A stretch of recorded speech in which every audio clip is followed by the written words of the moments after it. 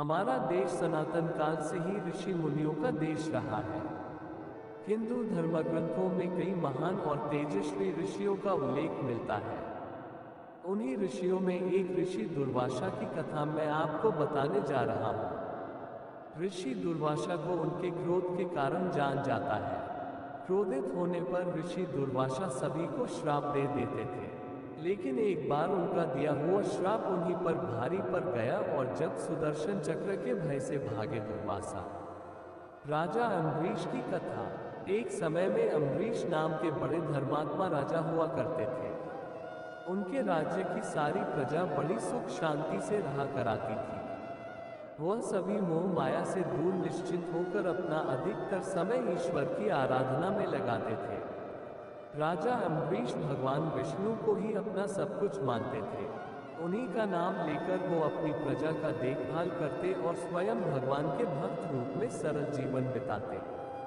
उनको दान पुण्य परोपकार करते देख ऐसा लगता जैसे स्वयं भगवान ही सब कार्य अपने हाथों से संपन्न करा रहे हों। उनका मानना था कि ये सांसारिक सुख सब एक दिन नष्ट हो जाएगी, पर भगवान की भक्ति ही उन्हें लोक परलोक तथा सर्वत्र उनके साथ रहेगी। राजा अम्बरीश की ऐसी निस्वार्थ भक्ति से प्रसन्न हो भगवान ने अपना सुदर्शन चक्र उनकी रक्षा के लिए नियुक्त कर दिया था। अम्बरीश का महाभिषेक। एक समय की बात है, अम्बरीश ने एक वर्ष तक द्वादशी प्रधान व्रत रखने का निश्चय किया। इस दौरान वो ब्राह्मणों को भोजन कराते तथा दान करते। उसके पश्चात ही अन्न जल ग्रहण कर व्रत का पारण करते। एक बार उन्होंने वर्ष की अंतिम द्वादशी को व्रत की समाप्ति पर भगवान विष्णु की पूजा की। महाभिषेक की विधि से सब प्रकार की सामग्री तथा संपत्ति से भगवान का अभिषेक किया तथा ब्राह्मणों पुरोहितों को भोजन कराया, खूब दान दिया। उसके पश्चात ब्राह्मण देवों की आज्ञा से जब राजा अम्बरीश व्रत की समाप्ति पर पारण करने बैठे ही थे कि अचानक वहां महर्षि दुर्वासा आ पधारे। अम्बरीश ने खड़े होकर ऋषि को प्रणाम किया और आदर से उन्हें बैठाया तथा भोजन करने के लिए प्रार्थना करने लगे। अम्बरीश और दुर्वासा ऋषि ने उनके आग्रह को स्वीकार करते हुए कहा, हे राजन, थोड़ा रुको, मैं नदी में स्नान करके आ रहा हूँ, तब भोजन करूंगा। ऐसा कहकर दुर्वासा वहां से स्नान करने चले गए, पर नदी पहुंचकर वह स्नान ध्यान में इतना डूब गए कि उन्हें याद ही न रहा कि राजा अम्बरीश बिना उनको भोजन कराए अपना व्रत का पारण नहीं करेंगे। दुर्वासा ऋषि को गए हुए बहुत देर हो चुका था। द्वादशी समाप्त होने जा रही थी। द्वादशी के रहते पारण न करने से व्रत खंडित होता और उधर दुर्वासा को खिलाए बिना पारण किया नहीं जा सकता था। अम्बरीश दोनों स्थितियों से परेशान थे। अंत में ब्राह्मणों ने परामर्श दिया कि द्वादशी समाप्त होने में थोड़ा ही समय शेष है। पारण द्वादशी तिथि के अंदर ही होना चाहिए। दुर्वासा अभी नहीं आए, इसीलिए राजा, आप केवल जल पीकर पारण कर लीजिए।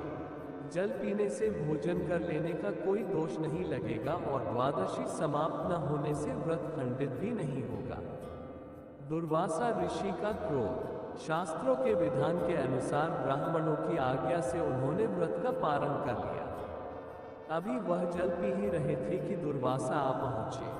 दुर्वासा ने देखा कि मुझ ब्राह्मण को भोजन कराए बिना अम्बरीश ने जल पीकर व्रत का पारण कर लिया। बस फिर क्या था, क्रोध में भरकर शाप देने के लिए हाथ उठाया ही था कि अम्बरीश ने विनयपूर्वक कहा, ऋषि, द्वादशी समाप्त होने जा रही थी, आप तब तक आए नहीं। वर्ष भर का व्रत खंडित न हो जाए, इसीलिए ब्राह्मणों ने केवल जल ग्रहण कर पारण की आज्ञा दी थी। जल के सिवा मैंने कुछ भी ग्रहण नहीं किया है। पर दुर्वासा क्रोधित हो जाने पर तो किसी की सुनते नहीं थे।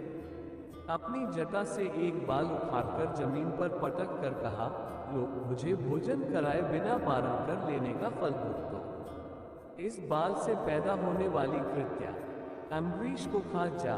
सुदर्शन चक्र और दुर्वासा ऋषि। बाल के जमीन पर पड़ते ही एक भयंकर आवाज के साथ कृत्या राक्षसी प्रकट होकर अम्बरीश को खाने के लिए दौड़ी। भक्त पर निरपराध कष्ट आया देख उनकी रक्षा के लिए नियुक्त सुदर्शन चक्र प्रकट हो गया और फिर चक्र ने उस राक्षसी का वध कर दिया। भगवान के सुदर्शन चक्र को अपनी ओर आते देख दुर्वासा घबराकर भागे, पर चक्र उनके पीछे लग गया। कहाँ शाप देकर अम्बरीश को मारने चले थे, कहाँ उनकी अपनी जान पर आ पड़ी। चक्र से बचने के लिए वे भागने लगे। जहाँ कहीं भी छिपने का प्रयास करते, वहीं चक्र उनका पीछा करता। भागते भागते ब्रह्मलोक में ब्रह्मा के पास पहुंचे और चक्र से रक्षा करने के लिए गुहार लगाई। ब्रह्मा बोले, दुर्वासा, मैं तो सृष्टि को बनाने वाला हूँ, किसी की मृत्यु से मेरा कोई संबंध नहीं। आप शिव के पास जाए, वे महाकाल है, वह शायद आपकी रक्षा करे। दुर्वासा शिव के पास आए और अपनी विपदा सुनाई। दुर्वासा की दशा देखकर शिव को हंसी आ गई। बोले, दुर्वासा, तुम सबको शाप ही देते फिरते हो, ऋषि होकर क्रोध करते हो। मैं इस चक्र से तुम्हारी रक्षा नहीं कर सकता, क्योंकि यह विष्णु का चक्र है, इसलिए अच्छा हो कि तुम विष्णु के पास जाओ, वही चाहे तो अपने चक्र को वापस कर सकते हैं। दुर्वासा की जान पर आ पड़ी थी। भागे भागे भगवान विष्णु के पास पहुंचे। चक्र भी वहां चक्कर लगाता पहुंचा। दुर्वासा ने विष्णु से अपनी प्राण रक्षा की प्रार्थना की। विष्णु बोले, दुर्वासा, तुमने तब से अब तक जितनी भी शक्ति प्राप्त की, वह सब क्रोध तथा शाप देने में नष्ट करते रहे। तनिक सी बात पर नाराज होकर झट से शाप दे देते हो। तुम तपस्वी हो, तपस्वी का गुण धर्म क्षमा करना होता है। तुम ही विचार करो, अम्बरीश का क्या अपराध था। मैं तो अपने भक्तों के हृदय में रहता हूँ। अम्बरीश के प्राण पर संकट आया तो मेरे चक्र ने उसकी रक्षा की। अब ये चक्र तो मेरे हाथ से निकल चुका है, इसलिए जिसकी रक्षा के लिए ये तुम्हारे पीछे घूम रहा है, अब उसी की शरण में जाओ। केवल अम्बरीश ही इसे रोक सकता है। अम्बरीश ने बचाई जान। दुर्वासा ऊँटे पांव भागे और अम्बरीश के पास आए। अम्बरीश अभी भी बिना अन्न ग्रहण किए उनकी प्रतीक्षा कर रहे थे। दुर्वासा को देखते ही उनको प्रणाम कर बोले, मुने दे, मैं तब से आपकी प्रतीक्षा में बिना अन्न ग्रहण किए केवल वही जल पिया है, आप कहाँ चले गए थे। दुर्वासा ने चक्र की ओर इशारा करके कहा, अम्बरीश, पहले इससे मेरी जान बचाओ, यह मेरे पीछे पड़ा है। तीनों लोकों में मैं भागता फिरा, पर ब्रह्मा, विष्णु, महेश किसी ने मेरी रक्षा नहीं की। अब तुम ही इस चक्र से मेरे प्राण बचाओ। अम्बरीश हाथ जोड़कर बोले, मुनिवर, आप अपना क्रोध शांत करें और मुझे क्षमा करें। भगवान विष्णु का ये चक्र भी आपको क्षमा करेगा। अम्बरीश के इस कहते ही चक्र अंतर्धान हो गया। इसके बाद ऋषि दुर्वासा ने राजा को आशीर्वाद दिया और वो अपने आश्रम के लिए निकल पड़े। हिंदू धर्म में श्री कृष्ण को भगवान विष्णु का अवतार माना गया है। द्वापर युग में देवकी और वासुदेव के घर जन्मे श्री कृष्ण ने महाभारत युद्ध के दौरान अर्जुन को गीता का ज्ञान दिया था। गीता के माध्यम से श्री कृष्ण अर्जुन के साथ साथ संपूर्ण मनुष्य जाति को जीवन के रहस्यों का ज्ञान भी दिया था। श्री कृष्ण के 5 अनमोल वचन। इस कलयुग में भी अगर मनुष्य गीता के ज्ञान को आत्मसात कर ले तो उसे जीवन में कभी भी कोई संकटों या दुखों का सामना नहीं करना पड़ेगा। तो आइए जानते हैं भगवान श्री कृष्ण के 5 अनमोल वचन। संकट से कैसे लड़ें। भविष्य के दुख का कारण दूर करने के लिए हम आज योजना बनाते हैं, किंतु कल के संकट को आज निर्मूल करने से हमें लाभ मिलता है या हानि पहुंचती है, ये प्रश्न हम कभी नहीं करते। सत्य तो ये है कि संकट और उसका निवारण साथ जन्म लेते हैं, व्यक्ति के लिए भी और सृष्टि के लिए भी। आप अपने भूतकाल का स्मरण कीजिए, इतिहास को देखिए, आप तुरंत ही ये जान पाएंगे कि जब जब संकट आता है तब तब उसका निवारण करने वाली शक्ति भी जन्म लेती है। यही तो जगत का चलन है। वस्तुतः संकट ही शक्ति के जन्म का कारण है। प्रत्येक व्यक्ति जब संकट से निकलता है तो एक पद आगे बढ़ा होता है, अधिक चमकता है, आत्मविश्वास से अधिक भरा होता है, न केवल अपने लिए अपितु विश्व के लिए भी। वास्तव में संकट का जन्म है एक अवसर का जन्म, अपने आप को बदलने का, अपने विचारों को ऊंचाई पर करने का, अपनी आत्मा को बलवान और ज्ञानमंडित बनाने का। जो ये कर पाता है उसे कोई संकट नहीं होता, किंतु जो यह नहीं कर पाता वो तो स्वयं एक संकट है विश्व के लिए। विचार कीजिए, सफलता का रहस्य। कभी कभी कोई घटना मनुष्य के जीवन की सारी योजनाओं को तोड़ देती है और मनुष्य उस आघात को अपने जीवन का केंद्र मान लेता है। पर क्या भविष्य मनुष्य की योजनाओं के आधार पर निर्मित होते हैं? नहीं। जिस प्रकार किसी ऊंचे पर्वत पर सर्वप्रथम जाने वाला उस पर्वत की तलाई में बैठकर जो योजना बनाता है, क्या वही योजना उसे पर्वत की चोटी तक पहुंचाता है? नहीं। वास्तव में वो जैसे ऊपर चढ़ता है वैसे वैसे उसे नई नई चुनौतियां, नई नई विडंबनाएं, नए नए अवरोध मिलते हैं। प्रत्येक पद पर वो अपने अगले पद का निर्णय करता है। प्रत्येक पद पर उसे अपनी योजनाओं को बदलना पड़ता है। कहीं पुरानी योजनाएं उसे खाई में ना धकेल दे। वो पर्वत को अपने योग्य नहीं बना पाता, वो केवल स्वयं को पर्वत के योग्य बना सकता है। क्या जीवन के साथ भी ऐसा ही है? जब मनुष्य जीवन में किसी एक चुनौती को, एक अवरोध को अपने जीवन का केंद्र मान लेता है, अपने जीवन की गति को ही रोक देता है, तो वो अपने जीवन में सफल नहीं बन पाता और ना ही सुख और शांति प्राप्त कर पाता है। अर्थात जीवन को अपने योग्य बनाने के बदले स्वयं अपने को जीवन के योग्य बनाना ही सफलता और सुख का एकमात्र मार्ग नहीं। सही निर्णय कैसे लें? जीवन का हर क्षण निर्णय का क्षण होता है। प्रत्येक पद पर किसी दूसरे पद के बारे में कोई निर्णय करना ही पड़ता है और निर्णय अपना प्रभाव छोड़ जाता है।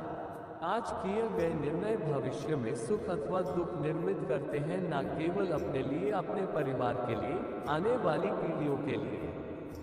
जब कोई दुविधा सामने आती है तो मन व्याकुल हो जाता है, अनिश्चय से भर जाता है। निर्णय का वो क्षण युद्ध बन जाता है और मन बन जाता है युद्ध भूमि। अधिकतर निर्णय हम दुविधा का उपाय करने के लिए नहीं, केवल मन को शांत करने के लिए लेते हैं। पर क्या कोई दौड़ते हुए भोजन कर सकता है? नहीं। तो क्या युद्ध से जूझता हुआ मन कोई योग्य निर्णय ले पाएगा? वास्तव में शांत मन से जब कोई निर्णय करता है तो अपने लिए सुखद भविष्य बनाता है, किंतु अपने मन को शांत करने के लिए जब कोई निर्णय करता है तो वो व्यक्ति भविष्य में अपने लिए कांटों भरा वृक्ष लगाता है। स्वयं विचार कीजिएगा। आत्मविश्वास की ताकत। जीवन में आने वाले संघर्षों के लिए जब मनुष्य स्वयं को योग्य नहीं मानता, जब उसे अपने ही बालों पर विश्वास नहीं रहता, तब वो सब गुणों को त्याग कर दुर्गुणों को अपनाता है। वस्तुतः मनुष्य के जीवन में दुर्जनता जन्म ही तब लेती है जब उसके अंतर में आत्मविश्वास नहीं होता। आत्मविश्वास ही अच्छाई को धारण करता है। ये आत्मविश्वास है क्या? जब मनुष्य ये मानता है कि जीवन का संघर्ष उसे दुर्बल बनाता है तो उसे अपने ऊपर विश्वास नहीं रहता। वो संघर्ष के पार जाने के बदले संघर्ष से छूटने के उपाय ढूंढने लगता है। किंतु जब वो ये समझता है कि ये संघर्ष उसे अधिक शक्तिशाली बनाते हैं, ठीक जैसे व्यायाम करने से देह की शक्ति बढ़ती है, तो प्रत्येक संघर्ष के साथ उसका उत्साह बढ़ता है। अर्थात आत्मविश्वास और कुछ भी नहीं, मन की स्थिति है, जीवन को देखने का दृष्टिकोण मात्र है। और जीवन का दृष्टिकोण तो मनुष्य के अपने वश में होता है। स्वयं विचार कीजिए। बच्चों की परवरिश कैसे करें? पिता सदा ही अपने संतान के सुख की कामना करते हैं, उनकी भविष्य की चिंता करते रहते हैं। इसी कारणवश सदा ही अपने संतानों के भविष्य का मार्ग स्वयं निश्चित करने का प्रयत्न करते रहते हैं। जिस मार्ग पर पिता स्वयं चला है, जिस मार्ग के कंकड़ पत्थर को स्वयं देखा है, मार्ग की छाया, मार्ग की धूप को स्वयं जाना है, उसी मार्ग पर उसका पुत्र भी चले, यही इच्छा रहती है हर पिता की। निसंदेह उत्तम भावना है ये, किंतु 3 प्रश्नों के ऊपर विचार करना हम भूल ही जाते हैं। प्रथम प्रश्न, क्या समय के साथ प्रत्येक मार्ग बदल नहीं जाते? क्या समय सदा ही नई चुनौतियों को लेकर नहीं आता? तो फिर बीते हुए समय के अनुभव नई पीढ़ी को किस प्रकार लाभ दे सकते हैं? दूसरा प्रश्न, क्या प्रत्येक संतान अपने माता पिता की छवि होता है? हाँ, संतानों को संस्कार तो अवश्य माता पिता देते हैं, किंतु भीतर की क्षमता तो ईश्वर देते हैं।